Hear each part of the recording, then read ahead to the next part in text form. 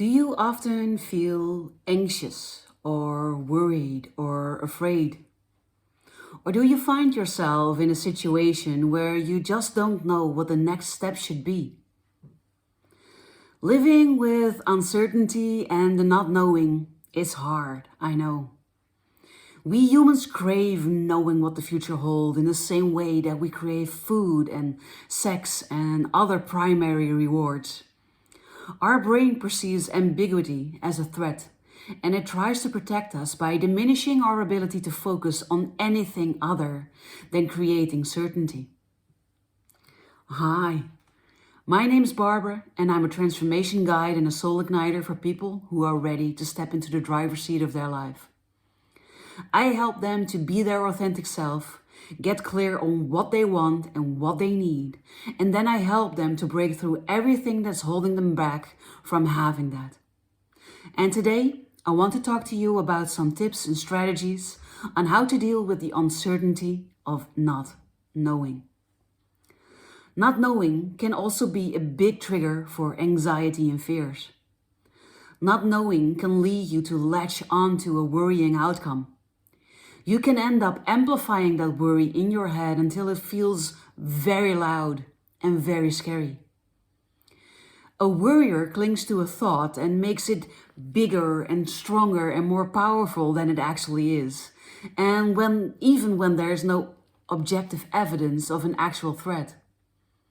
Not knowing creates an achingly scary place into which you pour your insecurities and your worst fears. And you can find yourself projecting all kinds of worst case scenarios and terrifying futures into the menacing vacuum created by the not knowing.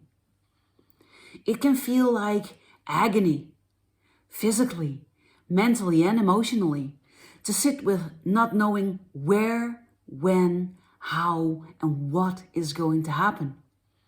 You can feel desperate for something, anything, to put you out of your misery. Knowing the worst truth, even if devastating, can feel a relief after imagining all kinds of twists and horrors. The things you're scared about can be relatively major or minor when viewed objectively. And it's your subjective view of it that brings on the anxiety. But sometimes, or maybe even always, it's more effective not to attempt to create certainty.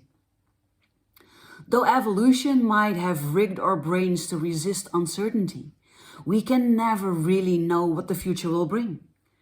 And in improbable situations like the pandemic that's going on right now, which has massively disrupted our routines and utterly destroyed our best laid plans, we need to learn to live with ambiguity. Uncertainty is the only certainty there is, wrote mathematician John Allen Paulus. Knowing how to live with insecurity, that is the only security. So Barbara, you might be thinking, how can we best cope when everything feels so out of control? Here are 7 surprising strategies. The first one is don't resist. There's no doubt we are living in challenging times, but resisting this current reality won't help you recover or learn or grow or even feel better. Ironically, resistance prolongs your pain and difficulty by amplifying the challenging emotions that you are feeling. Luckily, there is an alternative. Instead of resisting, we can practice acceptance. Acceptance is all about meeting life where it is and moving from there. Because acceptance allows you to see the reality of the situation in the present moment, it frees you up to move forward rather than remaining paralyzed or made ineffective by uncertainty, fear, or argument. And to practice acceptance, you surrender your resistance to a problematic situation, but also your emotions about the situation. For example, You might find your marriage to be particularly challenging right now. And instead of criticizing or blaming your spouse, which are two tactics of resistance, you could calmly accept your marriage as it is for the time being. And that doesn't mean that you won't feel frustrated anymore, or disappointed, or saddened even by the state of things. A big part of acceptance is accepting how you feel about difficult circumstances and difficult people in your life. But allowing your challenging marriage to be as it is right now and acknowledging your feelings about it puts you in a better position to be able to move forward. The second one is invest in yourself. The best resource that you have right now for making a contribution to the world is you. And when that resource is depleted, your most valuable asset is damaged. In other words, when you underinvest in your body, your mind, and your spirit, you destroy your most essential tools for leading your best life. And we humans, we don't do well when we defer maintenance on ourselves. We need to sustain the relationships that bring us connection and meaning.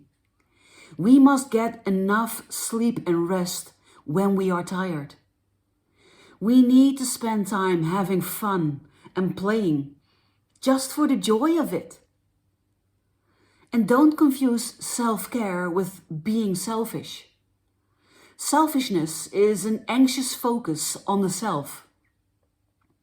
Selfish people tend to refer back to themselves a lot by using words like I and me and mine. They pursue extrinsic goals such as preserving their youthful beauty or cultivating an image of themselves on social media. They often hunger for more money, more power and approval from others, and they are often willing to pursue these things at the expense of other people or at the expense of their own integrity. So I'm definitely not recommending selfishness. I'm suggesting self-care and personal growth. The third one I want to share with you today is don't believe everything that you think. Perhaps the most essential stress reduction tactic that anyone has ever taught me is to not believe everything I think. In uncertain times, it's particularly important not to believe thoughts that argue for the worst case scenario. It can be helpful for you to consider worst case scenarios so that you can weigh risks and actively prevent disaster. But when you believe these stressful thoughts, you tend to react emotionally as though the worst case is already happening in your life right now, rather than just in your head. And your negativity bias can also set you up for failure. Expectations can become a self-fulfilling prophecy. When you expect the worst, you often feel too afraid or too close-minded to seize opportunities or respond to challenges with creativity and grit. Instead of buying into every stressful moment, you can actively imagine the best possible scenario. You can find silver linings to replace your ruminations.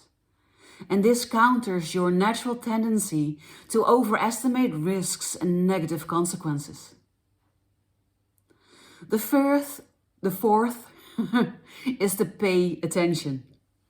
The opposite of uncertainty is not certainty, it's present.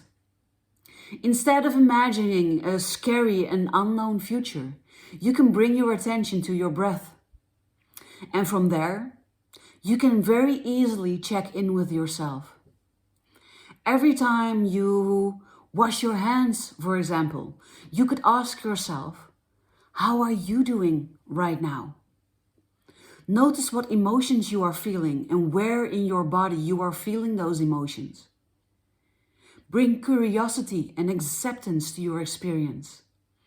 Even when it feels like everything is out of control, you can still control what you pay attention to.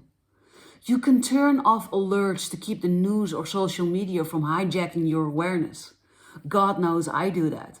I have no alerts on my phone because I choose when I want to be subjected to the news or to social media. You can also drop your ruminations and negative fantasies by attending to what's actually happening in your inner world right now, here in the present. Attending to what is happening within you at any given moment keeps a crappy external reality from determining your inner truth. It also allows you to cultivate calm and open-mindedness and non-reactivity, all tools that will help you greatly. The fifth is stop looking for someone else to rescue you. When you act as though you are powerless, you get trapped in narratives that leave you feeling angry and helpless and trapped. And you start hoping other people will save you from misery. Although it can feel good when others dote on us, most rescuers don't really help. Your friends might want to save you because helping others makes people feel good. And their intentions may be noble. But rescuers, they tend to be better enablers than saviors. So if you stay stuck, they get to keep their role as your hero, or they get to distract themselves from their own problems. Rescuers tend to give us permission to avoid taking responsibility for our own lives. But on the other hand, emotionally supportive friends or therapists, coaches, guides, counselors, they can see you as capable of solving your own problems. They ask questions that help you focus on what you do want instead of what you don't want. When you take responsibility for your life, you trade the false power of victimhood for the real power that comes from creating the life you want. The sixth tip is find meaning in the chaos. Social psychologists define meaning as it applies to our lives as an intellectual and emotional assessment of the degree to which we feel our lives have purpose, value, and impact. In other words, we humans are best motivated by our significance to other people. We'll work harder and longer and better, and we will feel happier about the work that we are doing when we know that someone else is actually benefiting from our efforts. When we see something that needs improvement, our next step is to recognize what we personally can do to be a part of the solution. What skills and talents, or even just interests, can we bring to the issue? What really matters to you, and how can you be of service? Meaning and purpose are wellsprings of hope. When the world feels scary or uncertain, knowing what meaning you have for others and feeling a sense of purpose can ground you better than anything else can. The seventh tip is use the likelihood of failure to get creative. If you've heard this one before, it's for good reason. Some of the most successful people really are those with a high tolerance for failure, the prospect of which often causes paralysis in others. People tend to avoid engaging in activities whose outcomes are uncertain for a variety of pretty obvious reasons. The impact on their reputation, wasted effort, feeling like a failure, imposter syndrome, you take your pick. It's important to recognize that one consistent finding from multiple studies of creativity is that the people who have the best ideas are often the ones who have the most ideas. Quantity, generally speaking, leads to quality. But that also means that the people who have the most ideas also have the most mediocre ideas. You simply need to let yourself generate them so that you can sort the good ones from the so-so and the bad ones. When a situation's outcome is uncertain and it's making you nervous, pay attention to that signal, which means you have moved past the familiar procedures and the predictable results that they yield. Don't just wait for this ordeal to be over. Don't be resigned to your misery while we wait for a vaccine or for being able to travel again. What have you always wanted to do? What outcomes are you hoping for? How can you make a real life in this situation? And then live that life and be creative. These were my 7 best tips on how to deal with uncertainty and not knowing, and I hope that you enjoyed them and that they turned out to be useful for you. I would love it if you would share your thoughts, your comments, your questions and your insights with me below this video. And if you are catching this on YouTube, I would love it if you would sign up for my channel. Stay tuned for more tips to come. And for today, I wish you a wonderful rest of your day.